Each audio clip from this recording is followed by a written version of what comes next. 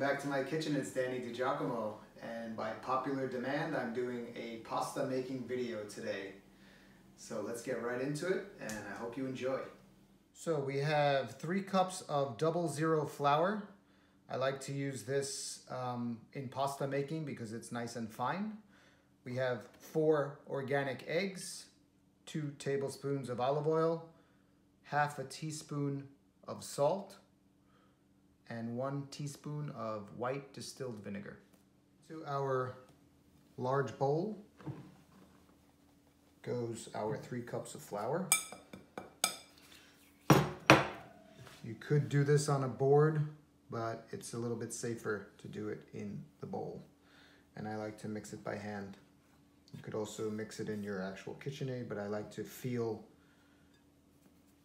the pasta to make sure that it has enough moisture in it. So we're gonna we make a little well. We call this a well when we make the sides are higher than the center. We're gonna go in with our eggs. 4 eggs.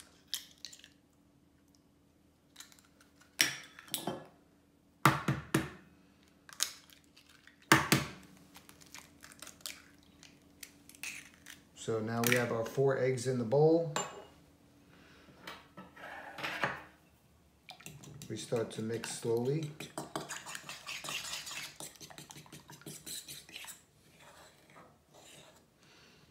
like to pour in my olive oil. My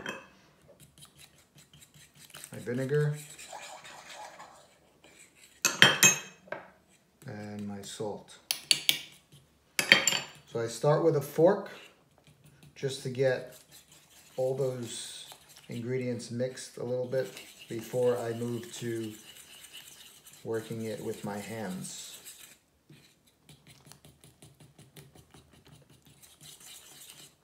Slowly I'm bringing in the flour from the sides to kind of make my dough. And when eventually the fork can't handle it anymore, then I switch to working it with my hands.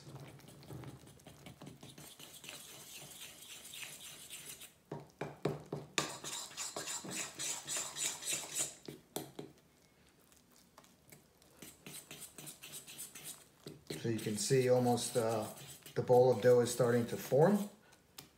I'm going to get in there now with my hands, bringing some of the flour in, turning my bowl,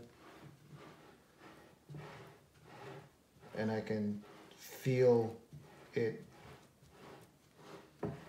coming together. The reason we do this is we don't want it to absorb more flour than it needs. Because once it starts to come together, then we're going to take it out of the bowl and we're going to mix it straight on our work surface. So as soon as you get a somewhat of a solid bowl of dough, you stop, and then we're going to move onto a work surface.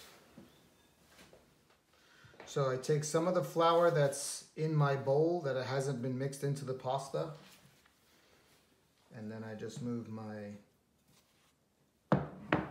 ball of dough onto my work surface and continue to work it like that. Just kind of bringing it all together, making sure that it doesn't get too dry or too wet. This is all by feel. It takes time. I've been making pasta for 10 years by hand now, so it takes time to get it right.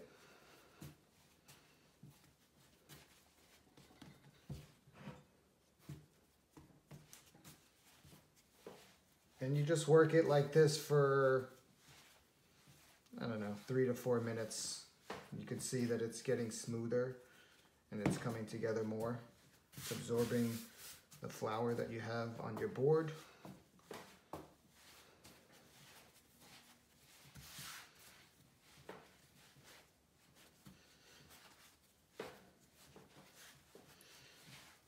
taking a chance at filming this video because I'll probably get a lot of critics from a lot of Italian grandmothers on this one, but this is the way I do it and people seem to like it.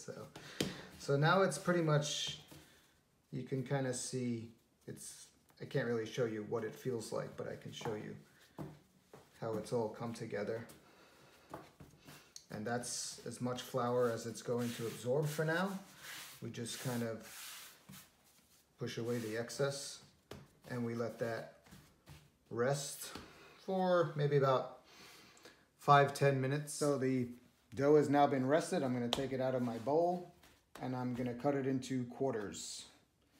Now this amount of dough for our family is good for about 4 people. It also depends on how much pasta you like to eat.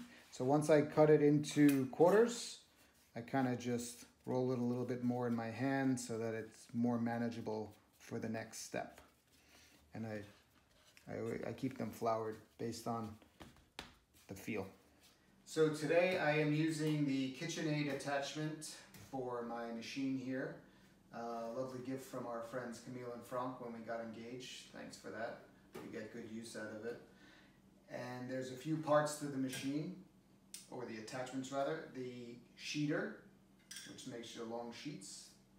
And then there's 2 cutters. One is fettuccine and one is spaghetti. Obviously fettuccine is a little thicker and the spaghetti is a little thinner.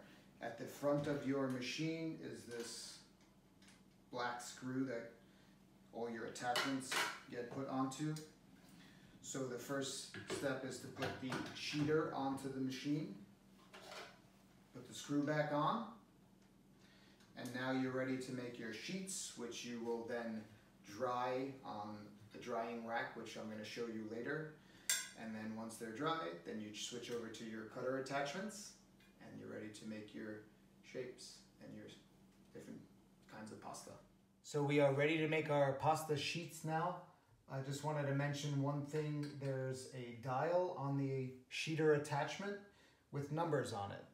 And for this attachment, the number 1 is the widest setting. I just want to show you. The number 1 is the widest.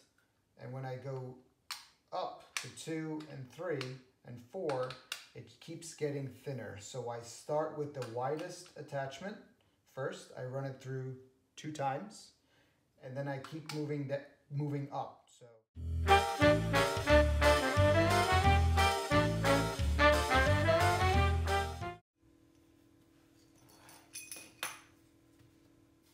I wanted to show you another piece of equipment that I think is essential for pasta making.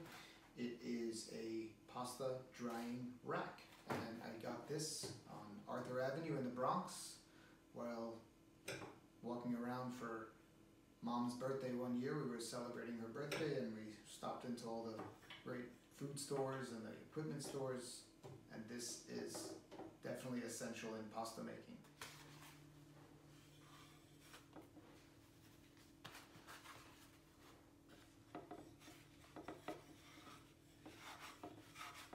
Now that our pasta sheets are ready, I'm going to switch to my cutter attachment. Today I'm making fettuccine, so we just go on with our fettuccine, make sure that the screw is tight, and we're ready to go.